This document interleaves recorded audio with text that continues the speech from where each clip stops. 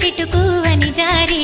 చల్లని చినుకై ఎద చేరి సరదాల వరదలో నేనుంటే పరువాల పొంగులను చూసే వెలుగైన చూడని వంపుల్లో తను వార జలకమే ఆడే చనువిస్తే ఉంటరి వాన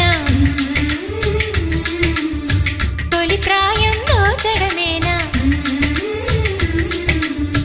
సరికాదే కొంటె వాన ఎదమీటి పోకె సోన నల్లని మబ్బు చాటు కన్నెల దొంగలా కిలకిల నవ్వు